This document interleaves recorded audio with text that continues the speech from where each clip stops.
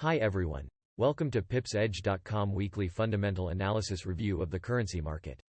Before getting into details, please read the disclaimer. I am not a financial advisor, and anything mentioned on this channel is not financial advice. Without further ado, let's get into details. Today we will analyze the currency market for last week's session.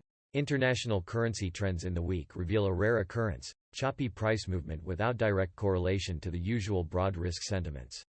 Instead, each G7 country's economic updates and the coronavirus pandemic developments primarily drove the performance of its currency. Let's look at the current pandemic situation. While the coronavirus pandemic is still here with us, positive developments contributed significantly to the positive sentiments in the week. Recent cases in America continue to decline amid the country inoculating over half of its adult citizens. Meanwhile, Eurozone improved its vaccine distribution and sped up its vaccination campaign. And after months of deliberations, President Joe Biden announced America would distribute 25 million COVID-19 doses to the rest of the world. As international communities continue to assist India in fighting the pandemic, new cases are also skyrocketing in Cambodia, Thailand, and Indonesia. Let's have a look at the economic data of G7 countries. The G7 economies released positive economic data which supported their respective currencies. Also, global economic growth reached a 15-year high as the US and UK's robust data compensated for Asia's slow growth. However, a labor market report from the US at the end of the week drove the international currency trends. Amid the continuing coronavirus pandemic and OPEC conditions, the crude oil market recorded a price increase of almost 5%. Another major news regarding corporate tax adds some movement to the markets. Ministers from the G7 countries committed to at least 15% corporate tax and hope to complete it in the July G20 ministers meeting.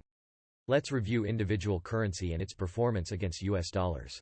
Despite starting the week on a solid foot, the dollar grew dismally by 0.12%.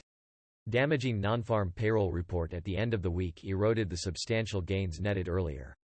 The U.S. market remained closed on Monday in recognition of Memorial Monday, and on Tuesday to Thursday, the dollar progressed strongly. As the economy continues to reopen, improved consumer demand fueled manufacturing activity. As a result, the manufacturing ISM index rose from 60.7 to 61.2. However, the backlog went up due to labor and raw material shortages. For the initial time since the emergence of the disease, weekly unemployment claims fell below 400,000. The claims decreased by 20,000 from 405,000 in the previous week to 385,000. The dollar, however, suffered a setback in Friday's international currency trends. Even though the U.S. labor market expected 675,000 jobs, it recorded 597,000 new jobs, lowering the unemployment rate from 6.1% to 5.8%. Also in action in the week was the 10-year U.S. Treasury yield, which fell -3.75 basis points. Material and skilled labor shortages disrupted the supply chain, albeit with increased market demand, worsening the economic recovery process.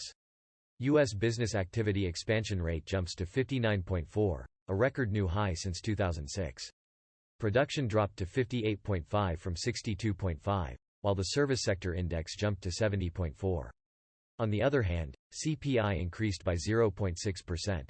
As exports increased by 1.2% and imports dropped by 2.2%, the U.S. trade balance narrowed to $69 billion. Let's have a look at how the sterling pound performed against US dollar. In the week, the sterling pound weakened by 0.22% to 1.4157 against the US dollar. The UK manufacturing surged to an unprecedented level, with the manufacturing index soaring to 65.6 from 60.9. As the country emerged from the pandemic, new orders increased, and production output strengthened, pushing the index higher. UK house prices also affected the pair. According to international currency trends, the purchase price rose by 10.9%, the highest monthly increase since 2014. Because of the UK's stamp duty holiday and the space race, house prices rose significantly. Additionally, the UK construction sector expanded at its fastest rate in 7 years, with the PMI index jumping from 61.6 to 64.2. Improved public health led to the expansion of new orders. As the UK economy continues to reopen and improve, retailers recorded increased inflationary pressure due to supply chain disruptions, Brexit rules, and increased CPI. The UK service sector increased in May from 60.0 to 62.9, the highest level in over 2 decades. While the economic update supported the pound, Worries over the new coronavirus variant identified in the UK pressured the pound. As UK's Prime Minister Boris Johnson considers whether to unlock the economy later this month, the new variant pushes infections higher. Euro weakened against US dollars. The euro could not withstand the stronger dollar and closed the week down by 0.21% to 1.2167 against the USD. In May, supply chain disruptions weighed on Germany's PMI, dropping from 66.2 to 64.4. Additionally, new orders fell as input cost inflation reached a record high. Germany experienced an increased work backlog as new orders outpaced production output, weighing on the pair forecast. In addition, supply chain disruptions caused production delays because of raw material and skilled labor shortages. Zero-end positive news: Germany's infection rate reduced drastically and plans to ease restriction measures. For the first time, the incidence rate dropped below 100 in 2 months. Eurozone inflation surpasses the ECB target of 1.9%, rising to 2%. In addition, industrial producer prices jumped by 1% in the Eurozone and 0.9% in the EU. Eurozone's composite output index rose to 57.1 from 53.8, and the services business activity index spiked to 55.2 from 50.5. The unemployment rate also supported the euro from falling from 8.1% to 8.0%. However, retail sales volumes fell by 3.1% in both Eurozone and the EU. Let's check out Swiss franc performance. The Swiss franc gained a dismal 0.0556 against the dollar to close at 0.8992. According to Swiss National Bank Chair Thomas Jordan, Switzerland will experience mild inflation. He also added the country would continue to be cautiously optimistic about global economic recovery. Economic data, however, reveals a positive financial future for Switzerland. Q1 GDP dropped by a modest 0.5% against a 0.4% growth forecast.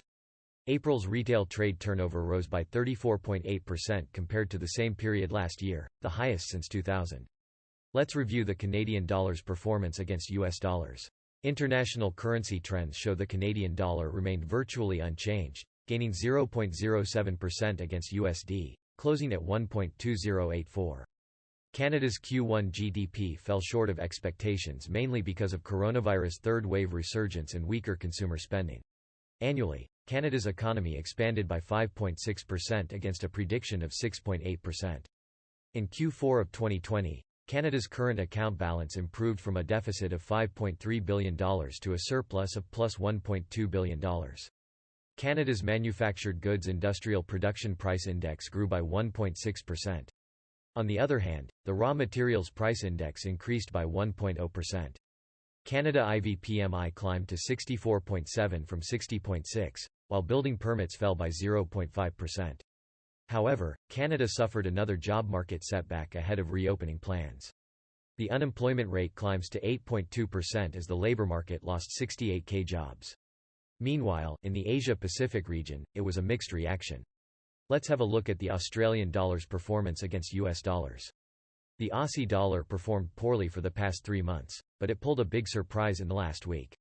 Supported by RBA monetary speculation at the end of the week, it emerged as the week's top performer, gaining 0.35% to 0.7739 against the USD. Building approvals in Australia reduced by 8.6% against a 9.9% projected decline, and as expected, Australia maintained its current interest at 0.10%. The international currency trends show Australia's economy expanded by 1.8%. And as expected, retail sales rose by 1.1%, and manufacturing PMI reached a new high level.